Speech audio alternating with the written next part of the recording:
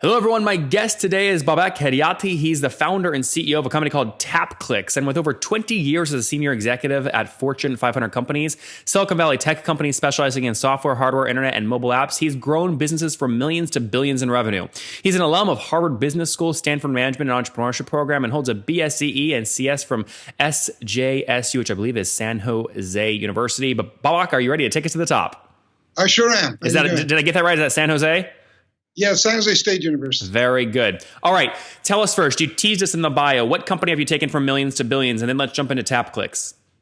So a couple of companies that did that with us were Altera and Xilinx. They're in the programmable space. Okay. And walk me through how you are tied into that growth. What were you responsible for?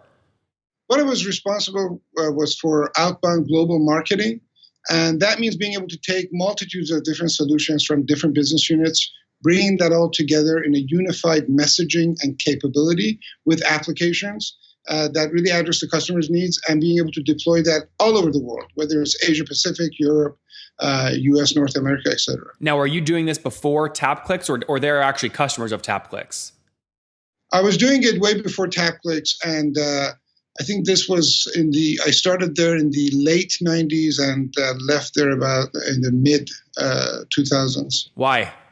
2008. Why did I leave?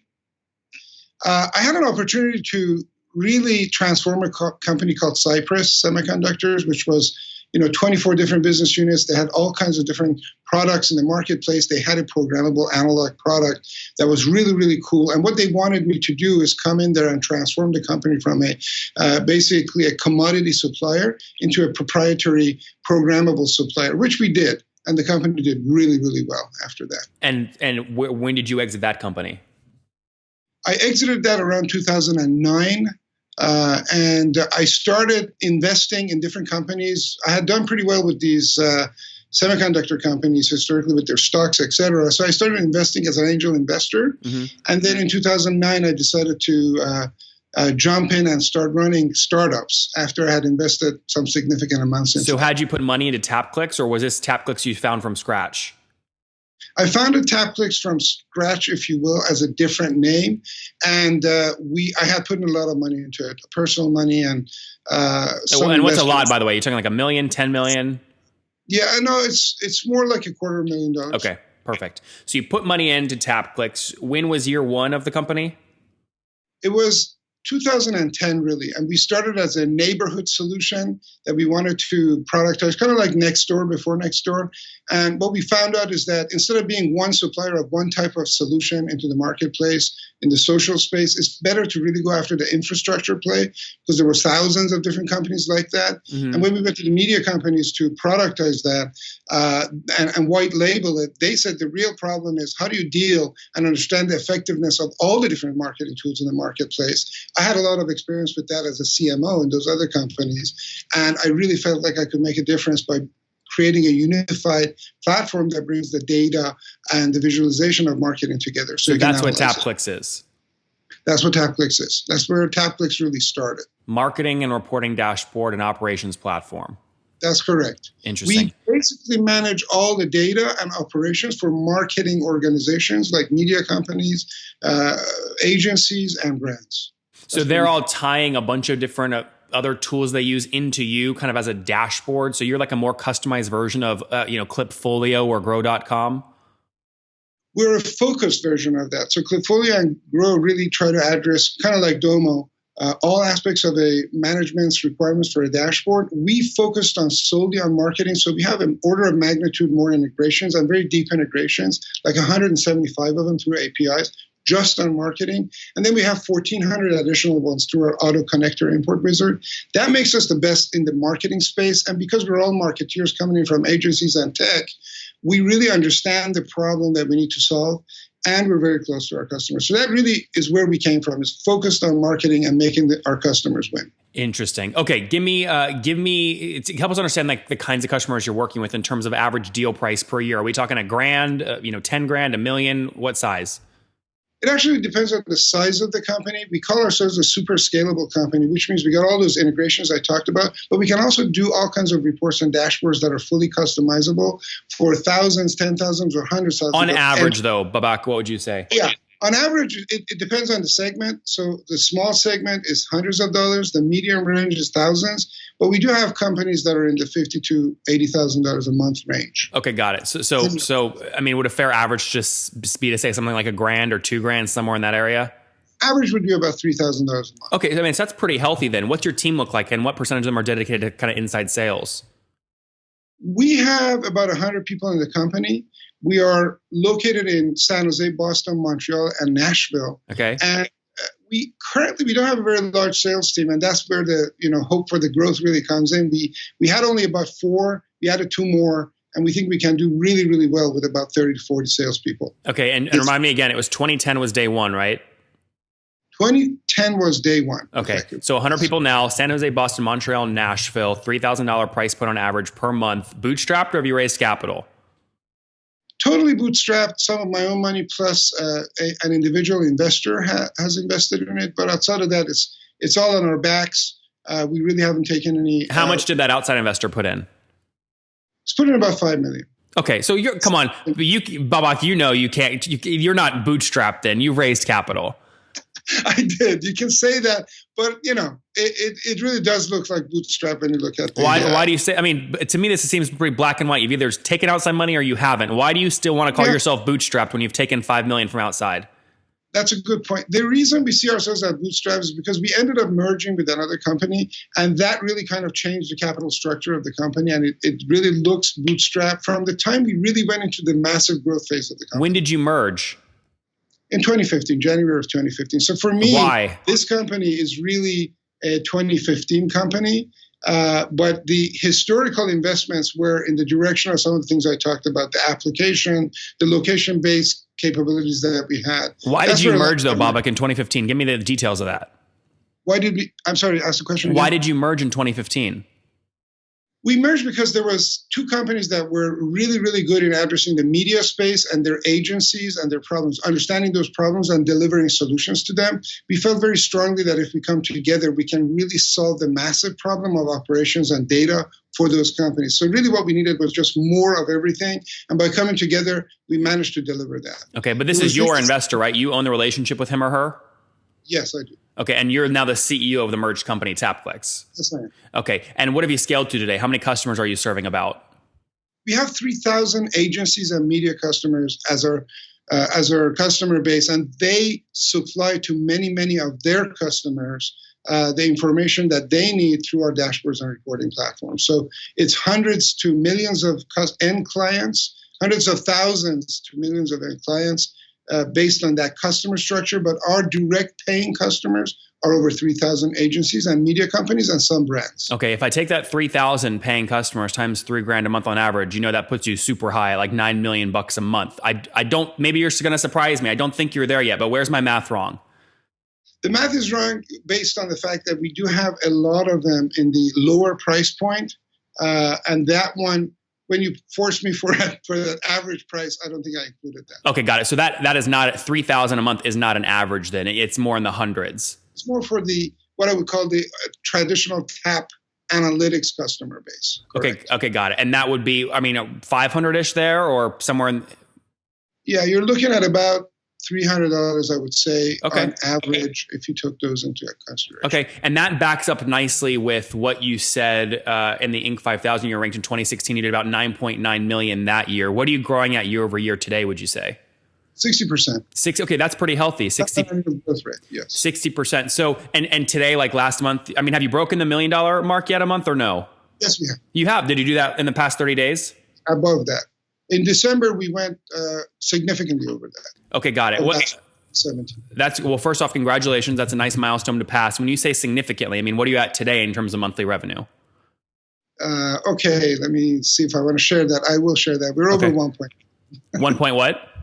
1.1 million. Okay, that's good. So just when you say significantly, I always like to try and quantify that as best I can. But 10% more is significant. Yeah, no, that's great. So 10% more a month, I'd be very ecstatic. Yeah, that's good. So $1.1 million a month across 3,000 customers. So on average, each one's paying about $360, $370 a month. That's healthy. You're up 60% year over year, which is also good growth. Talking about unit economics here, where are you getting these customers? How are you signing them up, and what are you paying to sign them up? What's your CAC? It really depends on the type of customer. The low end is all self-serve, completely self-serve. We don't really have salespeople for that at all. The mid-range of customers, we have an inside sales team. And the high end of customers, we have an enterprise class sales team that goes after them. Mm-hmm. And we're strengthening that right now as we speak. So there are really three different types of sell. And it works out for us. The CAC on all of them, the customer acquisition cost versus the return is about the same for all of us. Which the is payback what? That investment is less than 90 days. You get paid back in less than 3 months. That's right. That's really great. So again, you have obviously three different cohorts, a couple hundred a month, a couple thousand a month, and ones that are much bigger than that. But on average, 3 month payback, they're paying $360 a month. So you're spending, call it $1,000 on average to acquire these guys, getting paid back fairly quickly. Yeah, I mean, on the low end, we don't even spend that much. The returns are much higher than that. Yeah. So, well, we're obviously... It's a very attractive business to keep pouring cash into and grow it quickly. Well, so why haven't you poured more cash into it? 3 month payback period's way low. I mean, most SaaS companies that have raised $5 million, they're willing to spend, 8, 9, 10, 11, months of value on CAC. Many times when I see a payback this healthy, I wonder, has he just not found other channels to grow in? Yeah, I think the answer is to push more cash into it. The lucky thing about us is that we're growing so fast that we feed ourselves, and we've been feeding our own growth without needing money. We took some light debt from a specific company early last year. What does light debt mean? What does that mean? Something around $3 million. No, but what does that mean in terms of terms? Is it similar to a SaaS capital or a lighter capital in terms of the terms? It's SaaS capital. Okay. Oh, it was SaaS capital. Oh, okay, got it. So you raised $3 million from SaaS Capital. Those are good guys. Okay, and why did you decide to raise debt? Was that a bridge round to get to your next priced round? Yeah, I mean, again, from our perspective, if we can raise debt to grow the business and not dilute the company and the folks that works there, it's a good outcome, and we think we can do more of that. So, what's it been like working with those guys? With the SaaS Capital guys? Yeah, good, bad, covenants are not fun. They did a great due diligence for us, which means they went really, really deep to analyze the company. And that was a blessing because it just prepared us for the KPIs that we need to look for moving forward. I thought that was a great experience. It was tough, but it was good. In terms of just working with them and reporting to them in terms of the results of the company, it's also been great. Their relationship is also good. They help us by sharing best practices in the industry throughout their portfolio. Tell me about churn. I'm sorry? Tell me about churn. What churn? No, just kidding. Churn is higher in the very low end, as you would expect, and it's very low on the high end of our customer base. So when you go self-serve, you're more likely to lose your customers than when you're really kind of white gloving them on the high end of the customer base. So Babak, let's ignore logo churn, which means that the customer size doesn't matter. Let's just talk about revenue churn. It's positive. We have negative churn. So we make more revenue from if you take a picture of our customer base from a year ago and look at that overall customer base and their contribution of revenue to the company, it's positive. Yeah. So I want to break it down though. So you're saying net revenue churn is negative or retention is positive, right? Yes. What does gross churn look like? And then obviously you're covering that up with expansion revenue, but what does gross revenue churn look like annually? Gross revenue churn. Before expansion. Before expansion. I'm not willing to share that. Okay. I apologize. Why not? Is it bad? I'm already giving you a lot. That's a good way of, when you don't share that, it sounds like it's bad. No, it's not bad, but it's one of those things that I would say that it's very complicated given the different types of business units that we have. And if I combine it, it will look bad. It's not a good idea. So I'm not going to do that. If you combine it, then that's how you get to net. I mean, that's the difference between gross and net, right? Combined with expansion added, you get net positive. So I'm trying to understand. Yeah. Let me ask it differently. How much expansion revenue are you driving every year? Expansion revenue is close to 10%. Okay. And right now, what I'm saying is, when you take churn into consideration, it's close to 10% growth of the existing customer base last year. Yeah. So your net growth is 10% in revenue year over year. Yeah. Yeah. From the current base. What I'm asking is, that number is actually, if I just don't give me net, just give me gross growth on the base, it's got to be way higher than 10% because it has to cover churn. Good mathematician, you figure out my overall gross churn.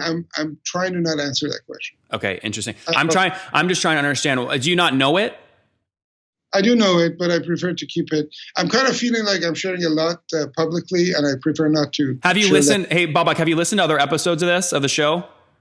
I did the beginning of some of them, yes. Okay, so you understand what you're signing up for, right? That's why so many. This is why millions of people listen to the show. So I'm just saying, I'm trying to help you out here. They're going to wonder. So I don't think you're helping yourself by not sharing it, but you're welcome to not share it. But I'm just saying, private equity folks, M&A folks, they're all listening and they'll wonder. Yes. I would say that if they're really interested in TapClicks, they should talk to me in terms of investment. I apologize for that, but it's really like, to me, that's one of the most important metrics to. I'll tell you this: our NPS score is amazing. So we just did a new Net Promoter Score, and I think it went over 30. So the customers are very, very pleased with the usage of our product. Most of them want to retain the usage of TapClicks. The product's getting better all the time. So we're very, very positive about the outcome of the company and the lack of churn moving forward. But I would say that on the low end of the product, which is self-serve, we have traditionally not put a lot of success people on that, and we're changing that and putting success folks on top of that side of the business. How can you afford to do that though at such low price points? You want those guys to churn if you're going up, if you're trying to just drive more expansion revenue. It's in the low cost region. We're getting such a return from that customer base in terms of the when they come in and we get them, that it's worth retaining customers. We're big believers that we really don't want to have any churn at all. Our goal is zero if it's at all possible. Yeah, but no churn would. That would be really tricky. That would mean to say that you want to serve everybody. I would say that the low end of the business, and I'm talking about self-serve, where it's like $99, $159, etc. There is enough customer base that is traditionally lost where we can have a positive churn. Negative churn on that business, and we want to get there. Babak, can I tell you something? I have never heard of anyone at a ARPU less than $200 a month get to negative churn. There's just not enough opportunity to drive expansion revenue. That may be true, and that's something that I need to look into deeper, what you're saying. Yeah, interesting. That business is new to us, so we want to be able to understand it much deeper. But what we did recognize is that while initially the churn was high, when we put some nurturing marketing programs in place to just tell them about what we were adding value to from their perspective, that churn has significantly slowed down and the prices have gone on. More people are moving to the higher end products. That's great. And we're pleased with that. I'm not going to tell you I have all the answers, but we do have hopes that we can try to bring the churn of the mid-range to the high end close to zero and really, really manage that low end business, which you're right about your perspective, I believe, but we want to figure out the formula to Babak, based off the numbers you're telling me, you're doing such a great job driving expansion in your higher priced accounts that it doesn't even matter what your SMB churn is, although you're having reservations about sharing it for some reason. I'm trying to give you credit. The only way to hit the numbers you've told me is you're doing a great job driving expansion revenue. You're right. Yeah. We want to make. For us, it's a very simple thing. Avoiding churn is the foundation of growth in our view, and we want to just not have any churn if we can help it. I know it seems unreasonable, but that's our goal. And in terms of expansion, when you get expansion on top of very little churn, then it's very, very fast growth, and that's what we want to accomplish. So we want to turn the 60%, for example, the 60% growth to 100% growth this year. That's our goal. Are we going to get there? Comes down to execution and if some of our programs work or not. Yep, makes good sense. Babak, let's wrap up here with the famous 5. Number 1, what's the last business book you read? The last business book was, wow, you caught me off guard on that one, the famous 5. So, don't make one up if you can't remember. That's okay. I actually recommend a whole bunch of them to folks, but let me see, the one that I like the most is Well, I'm not. I'm going to skip that for now. Okay. Number 2 is name a CEO in San Jose you really like getting coffee or dinner with. Sandeep Vij. And what's he run? He ran MIPS. Spell it. MIPS. MIPS. Okay, good. All right. Number 3, what's your favorite online tool for growing the business? Salesforce. Number 4, how many hours of sleep do you get every night? 3 or 4. Come on, Babak. There's no way you're surviving every night. You're averaging between 3 and 4 hours of sleep. You're telling me you don't ever catch up? Weekends, sure. Weekends. Okay. So, but you would still say your average is between 3 and 4 hours a night. Yeah. That's incredible. That's incredible. I don't know. How old are you? I'm 52. How do you survive with that little sleep? I don't know. I'm very passionate about what I'm doing. I think everyone in the company knows that that's kind of how much sleep I get. But I don't think passion is correlated to less sleep. If that was the case, everyone would sleep none to tell everyone, oh, look how passionate I am. I do not think those things are correlated.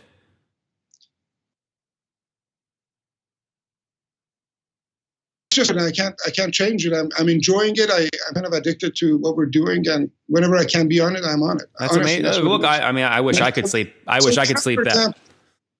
We do have a Boston group that they know they can communicate. They can communicate with me starting at 6:30 a.m. their time. Yeah, no, I'm just saying if you're only getting 3.5 hours of sleep every night, you're superhuman. I hope you're saving your stem cells. Someone's going to sell those for a lot of money one day. All right. And what's your situation? Married, single? Do you have kids? I'm sorry. I have 3 kids. Yes. Okay. And married, single? Married. Married. All right. And last question, Babak. Take us back to your 20-year-old self. What do you wish he knew? The 20-year. Ask the question you got cut off. What do you wish your 20-year-old self knew? I wish my 20-year-old self knew how hard it is to do a startup and grow a business to great success. It's much, much harder. I've tried it since I was, I believe, 22. But when it gets going, it's really an amazing experience as well as a very difficult one. So I don't believe most people that do startups really understand what they're getting into. There you guys have it. Marketing reporting, dashboards, highly specific, super specific segment as well. Loads of integrations founded by Babak back in 2010. Now over 100 people. Healthy economics are serving about 3,000 agency customers, paying on average $300, $400 a month, doing about $1.1 million a month right now in revenue. That's up 60% year over year. 10% net revenue growth year over year. Again, expansion way outpacing churn by, again, that 10% number. They're spending about $1,000 to acquire these customers. That gives them a payback of under or around 3 months. So healthy economics, about $5 million raised in San Jose, Boston, Montreal, and Nashville. Babak, thank you for taking us to the top.